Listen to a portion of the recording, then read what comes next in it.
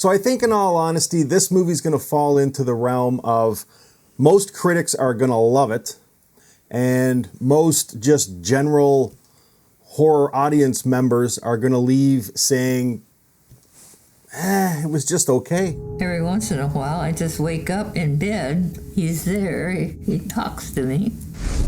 When you summon Sator, he will turn his attention to you. Submit yourself,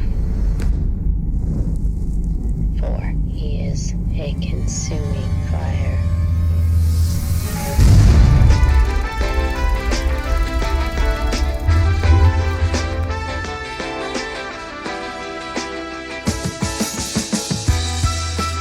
Hey guys, welcome to Happywax TV. So tonight we're talking about the newly released movie called Sator.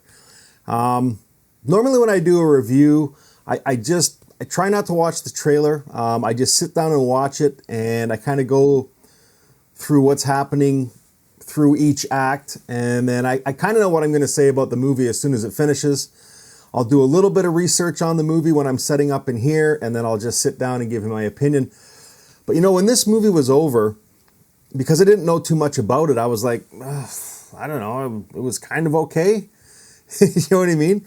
And then as I got researching this movie, I was like, God damn, yeah, I may have missed something in this movie. So I actually went back and rewatched it, and I'm glad I did. Now, okay, if I'm being honest, in today's horror kind of genre and what a lot of audience members expect, I honestly think this movie's going to fall short, okay? It's not, I mean, let's be honest. When you go to a horror movie nowadays, for the most part, I'm not talking everyone, but for the most part, I think that the majority of audiences want to be scared, okay, to some aspect. I think that, and again, I'm not like assuming, but, you know, for the most part, a lot of horror movies nowadays, not all of them, but most of them focus a lot on the scares and the jump scares. And that's more mainstream horror nowadays, right? That's my opinion anyways. Where you find a movie like this, obviously, is more in the independent-driven movies, which obviously this is. It's more or less a one-man show.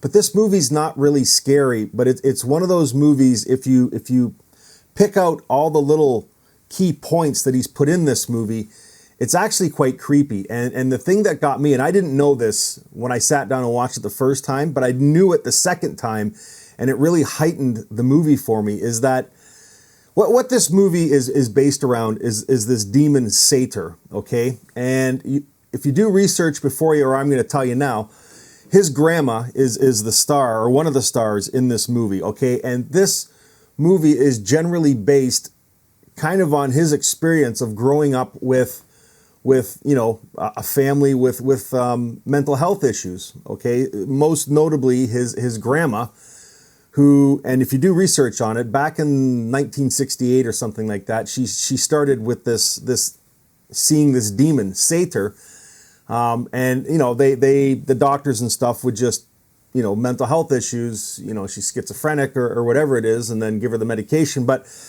what makes this movie cool, and he uses actual footage in this movie of his grandma from way back in the day, and he also uses and she even talks about this in the movie, where this demon would come to her and talk to her, and it would kind of overtake her, and when it's speaking to her and stuff, she would kind of zone out and start writing, you know, what it was saying to her, and as if they were having a conversation. And she wrote this stuff down, right? And she even says in the movie, like she didn't know what she was writing. She was just writing.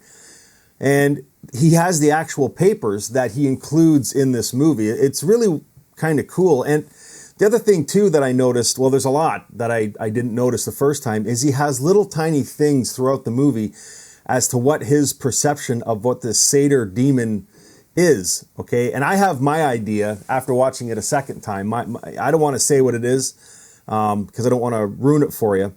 But I'll give you one scene, and this is like just little subtle things that he does in this movie that you might miss. You may not miss it, I did.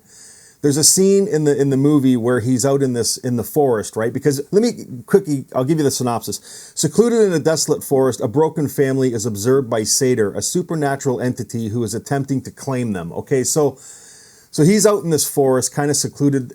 His character, this character. Now the director John Graham is not in this movie, but the one of the main characters in the movie is one of the brothers named Pete.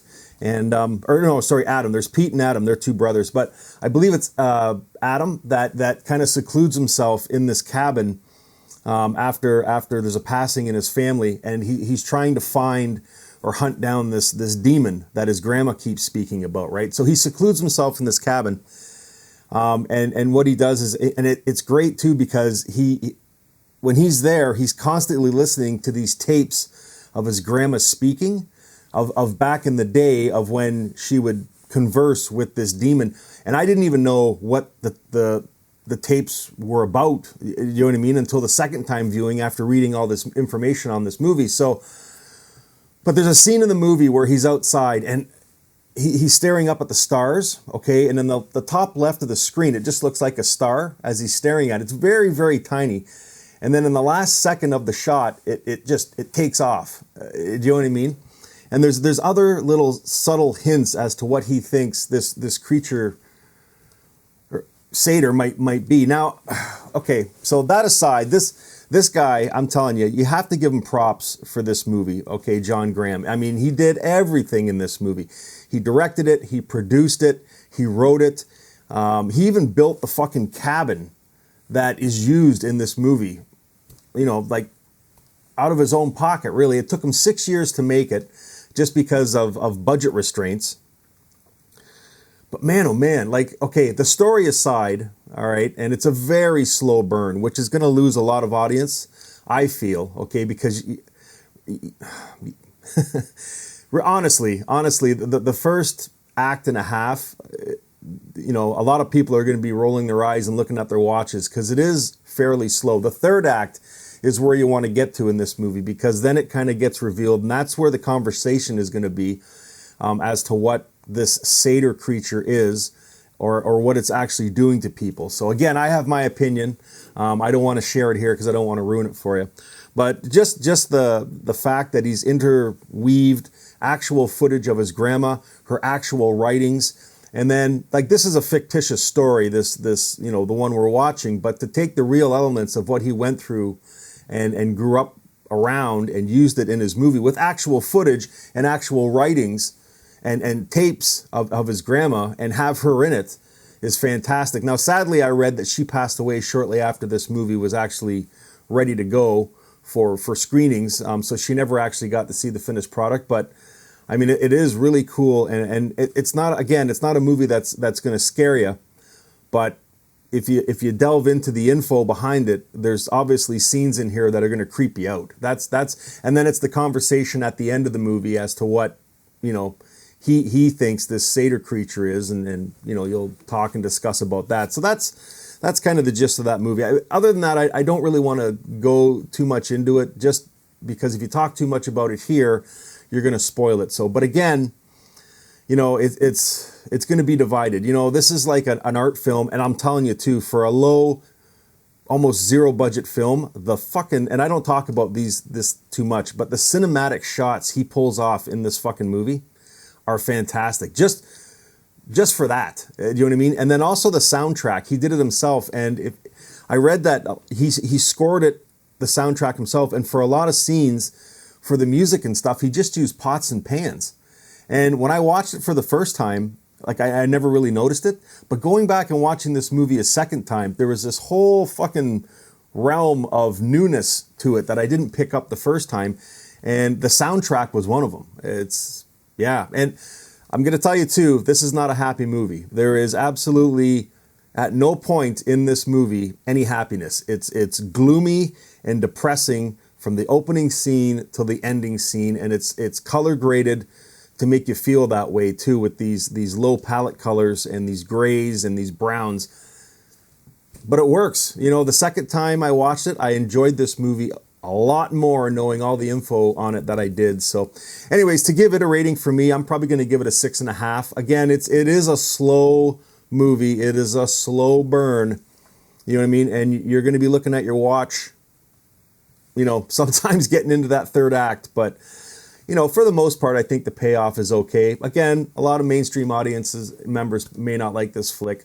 I didn't mind it. I thought it was okay. I'm going to give it a 6.5, guys. Anyways, go check it out. I am going to recommend this one. It is definitely worth your time, but do maybe, you know, you've heard what I've had to say. Maybe do some research about it as well before you go in to see it. Then you know a little bit more about the background of this movie and stuff, and you might appreciate it a bit more. So anyways, go check it out. If you've seen it, let me know what you think about it, guys. If you haven't, obviously go rent it, come back and let me know. And until next time, stay scared.